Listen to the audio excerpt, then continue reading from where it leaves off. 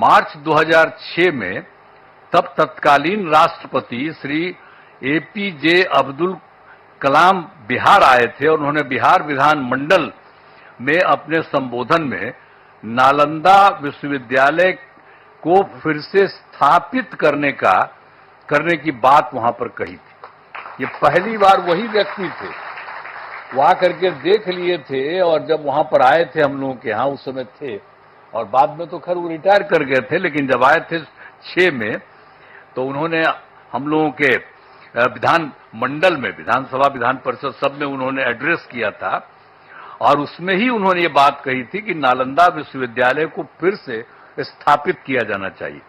तब से हम लोगों ने नालंदा अंतर्राष्ट्रीय यूनिवर्सिटी स्थापित करने की पहल शुरू की।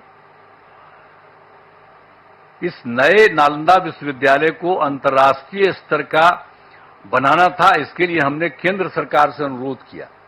उस समय के केंद्र सरकार था, उसको भी हम लोगों ने अनुरोध किया, इन्होंने कह दिया था, तो वो तो कुछ जल्दी सुन नहीं रहे थे, उनमें देरी की जा रही थी। तो राज्य सरकार ने, हम लोगों ने नालंदा विश्वविद्यालय को फिर से स्थापित करने के लिए नया कानून वगैरह बना दिया और साथ ही नालंदा विश्वविद्यालय के लिए स्थान का चयन करके 455 एकड़ भूमि का अधिग्रहण कर लिया गया था। इसके बाद वर्ष 2008 में, अब जो राष्ट्रपति पहले कहे थे वो तो रिटायर कर गए थे, तो पूर्व राष्ट्रपति डॉक्टर एपीजे अब्दुल कलाम प्रथम विजिटर के रूप में नए नालंदा विश्वविद्यालय के लिए चयनित स्थल पर आए थे।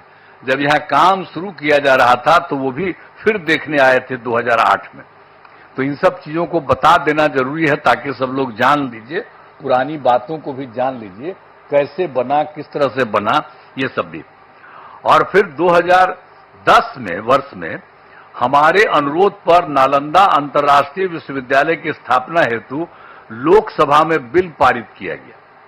जब बहुत बार बार हम कह रहे थे तो अंत में वहां पर था, और उस समय तो सरकार दूसरे की थी, लेकिन हम लोगों ने इतना ज्यादा कहते रहे और उसके बाद फिर एक बार वो लोग वहां पर इसको लाए लोकसभा में, फिर राज्य सरकार पारित किया था कि इसको हम कराएंगे।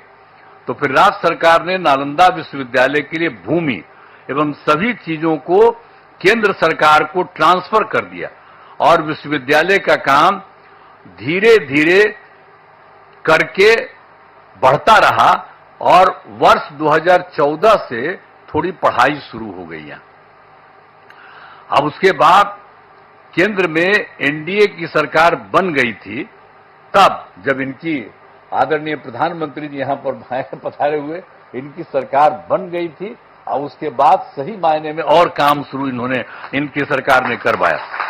2016 में इस नए विश्वविद्यालय के भवनों का तत्कालीन राष्ट्रपति प्रणब मुखर्जी जी, इनकी सरकार थी, सब प्रणब मुखर्जी जी राष्ट्रपति थे, तो वो आ गए थे, वहीं के ऑर्डर के बाद वो आ गए।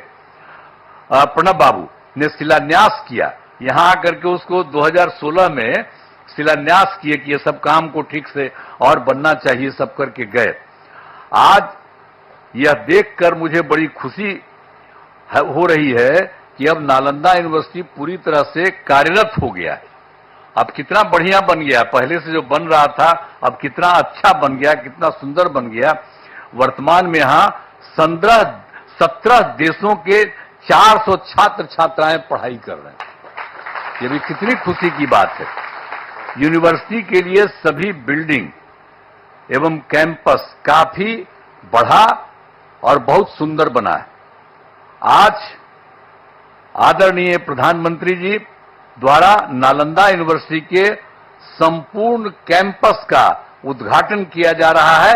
इसके लिए हम उनका हृदय से आभार व्यक्त करते हैं कि आप यहां पर आ गए हैं और इसका पूरे तौर पर उद्घाटन कर रहे हैं। ये बड़ी खुशी की बात है और आपको भी बहुत अच्छा लगेगा कि आप आ गए। ये सबसे पौराणिक जगह है राजगीर, आज का थोड़ी है, दुनिया का सबसे पहला जगह है राजगीर और यहीं पर से सब कुछ होता था। आप आ गए, बड़ा अच्छा था। तो ये बड़ी खुशी की बात है कि आप आ गए। और राजगीर सबसे पौराणिक स्थल है। राजगीर मगध साम्राज्य की पहली राजधानी थी। पहले इसे राजगिर के नाम से राजगृह अभी हम लोग कहते हैं, लेकिन कहा जाता था राजगृह और उसी के नाम से जाना जाता था। फिर राजधानी को ये जो पटना है पाटलिपुत्र, वहीं पर शिफ्ट कर दिया गया था।